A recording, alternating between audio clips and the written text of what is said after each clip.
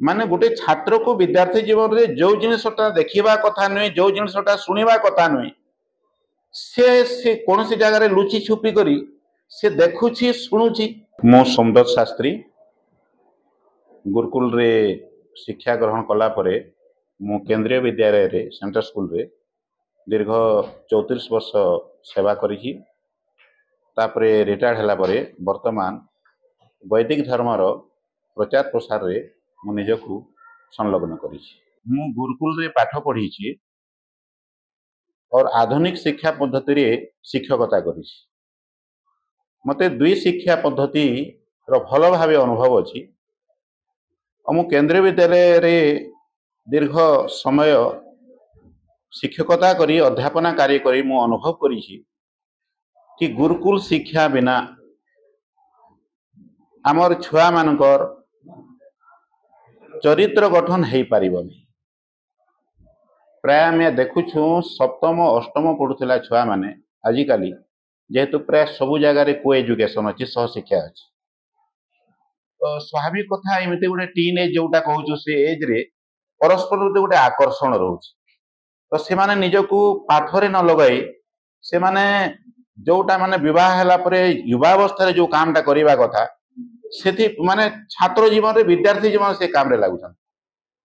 द्वितीय कथा हला आज माने बहुत बड़ समस्या प्रति व्यक्तिर हाथ रे आज मोबाइल आसी गला।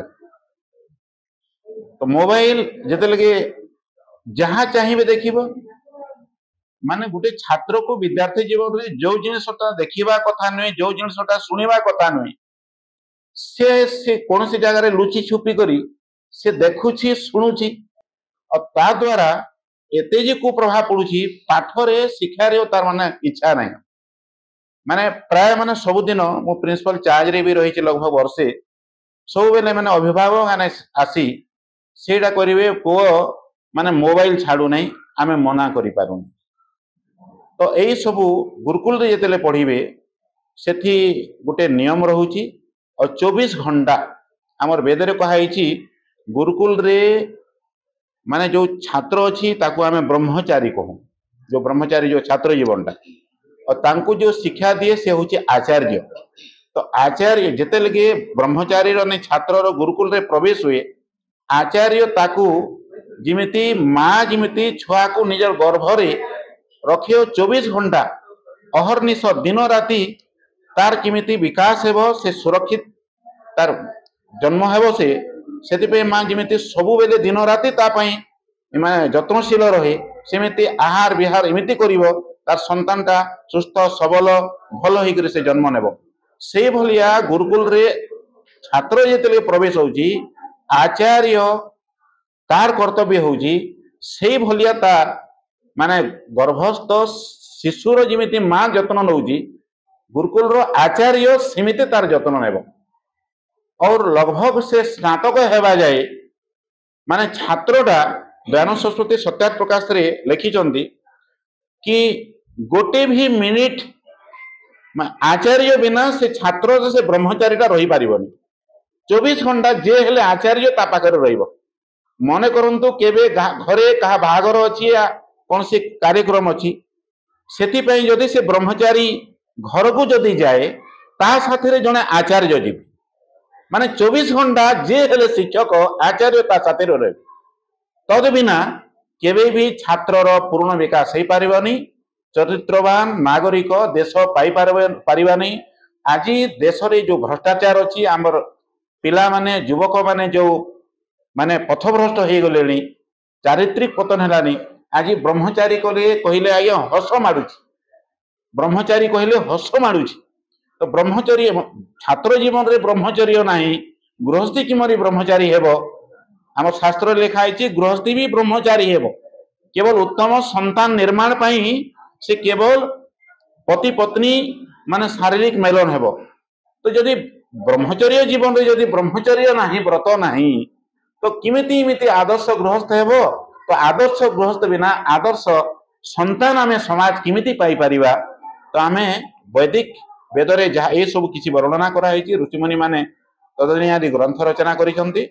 तद अनुसार गुरुकुल रे शिक्षा दीक्षा हुए और ब्रह्मचारी मानकर सब माने ताकर नीति नियम रे ताकू चला जाए और शिक्षा ग्रहण से वास्तव रे माने तांकर सर्वतोमुखी विकास गुरुकुल रे ही हुए।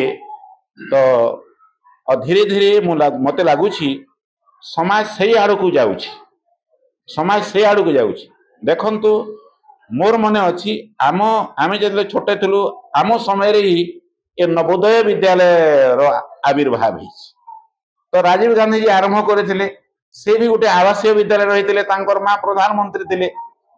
तो जद्यपि से आमर आदर्श प्राचीन जो गुरुकुल परंपरार सेटा आदर्श तो नुहे किंतु आवासीय विद्यालय बिना आज देखंतु आपण माने समस्ते पाठ पढ़ुचंती माँ माने भौणी माने तो से माने भी चाकरी रे जाउचंती ना बापा से चाकरी जाउची छुआ को किए देखिबो 24 घंटा दयानंद सरस्वती सत्यार्थ प्रकाश द्वितीय समोल्लास लिखिले तीनटा उत्तम शिक्षक बिना उत्तम संतान आमे केबे पाई परिबा नहीं।